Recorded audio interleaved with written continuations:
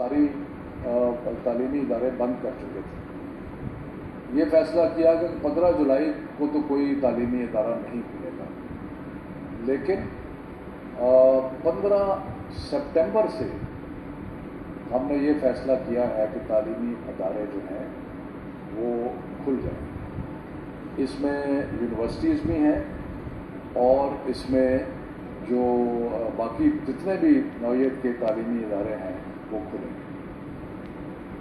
क्योंकि ये 2 माह बाद है उनका खुलना, तो इसलिए हम अगस्त के पहले हफ्ते में और फिर अगस्त के तीसरे हफ्ते में या सितंबर के पहले हफ्ते में दोबारा जो सेहत के इंडिकेटर्स हैं उनको मद्देनज़र रख के रिव्यू भी करेंगे कि क्या सूरत हाल बन रही है, कि जो हमने फैसला किया है इसके ऊपर हम रिव्यू भी करेंगे।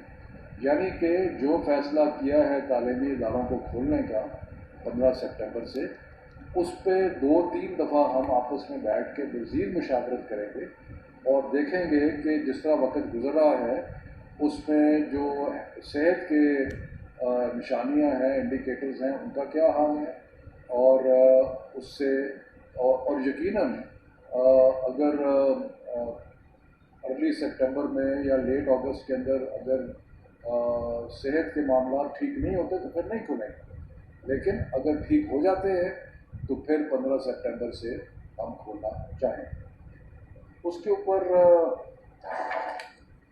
दो तीन चीज़ें और भी हैं कि हम ये जब खुलेंगे तो इसके लिए बाकायदा एक SOPs बनाई जाएंगी कि किस तरीके से खुलेंगे। उसमें बहुत सारी तजावीज़ आई हैं। एक तजवीज़ ये है कि जी क्लासेस की तादाद कम करके 2 शिफ्ट में किया जाए। एक तजवीज़ ये भी है कि एक दिन एक क्लास के बच्चे अगर आते हैं तो उनको एक दिन छुट्टी दे के फिर अगले दिन उनको लाया जाए। मुख्तलिफ तजावीज़ इसमें आ रही हैं।